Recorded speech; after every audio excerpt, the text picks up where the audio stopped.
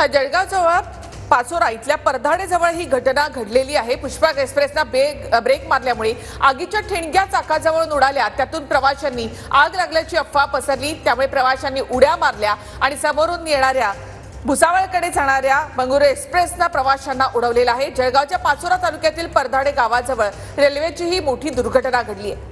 आणि जळगावमध्ये परधाडे गावाजवळ पुष्पक एक्सप्रेसनं ब्रेक मारल्यानं या चाकांमधून आगीच्या ठिणग्या उडालेल्या होत्या। ठिणग्या उडाल्या आणि त्यानंतर तिथे आग लागल्याची अफवा पसरली होती आणि त्यामुळेच प्रवासी भयभीत झालेले होते। भयभीत झालेल्या प्रवाशांनी बाहेर ट्रेनमधून उड्या मारल्या।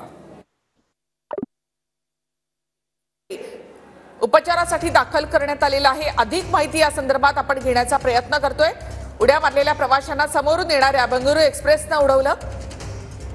दुर्घटनेमध्ये 7 ते 8 प्रवाशांचा मृत्यू झाल्याची माहिती जळगावच्या जिल्हाधिकाऱ्यांनी दिली। पुष्पक एक्सप्रेस ही प्रवाशांना घेऊन मुंबईच्या सीएसएमटी स्थानकाकडे येत होती आणि त्याच दरम्यान ही दुर्घटना घडलेली आपण बघतोय। अत्यंत भीषण असा हा अपघात आहे। जळगावच्या पाचोरा तालुक्यातल्या परधाडे या गावाजवळ रेल्वेची ही मोठी दुर्घटना घडलेली आहे। जळगाव ते परधाडे साधारणतः 52 किलोमीटरचं अंतर आहे आणि परधाडे ते पाचोरा हे 10 किलोमीटरचं अंतर आहे। त्यामुळे अगदी मध्येच हा रेल्वे स्थानक हे आहे आणि त्याच दरम्यान ही दुर्घटना घडलेली आहे। रेल्वेचं काहीतरी काम देखील चालू आहे त्या ठिकाणी आणि म्हणूनच ही रेल्वे थांबवण्यात आली। 2 रेल्वे स्थानकांच्या मध्ये रेल्वे थांबवण्यात आलेली होती आणि त्यामुळेच अचानक ब्रेक मारल्यानं चाकामधून ठिणग्या उडाल्या आणि त्यातच लोकांमध्ये अफवा पसरली, आग लागली आणि म्हणूनच लोकांनी थेट बाहेर उड्या मारल्या ट्रेनमधून। समोरून येणाऱ्या ट्रेननं देखील हॉर्न दिला नाही अशी देखील माहिती माजी खासदारांनी आपल्याला दिलेली आहे। तर उड्या मारलेल्या प्रवाशांना समोरून येणाऱ्या बंगळुरू एक्सप्रेसनं उडवलेलं आहे। काही वेळापूर्वी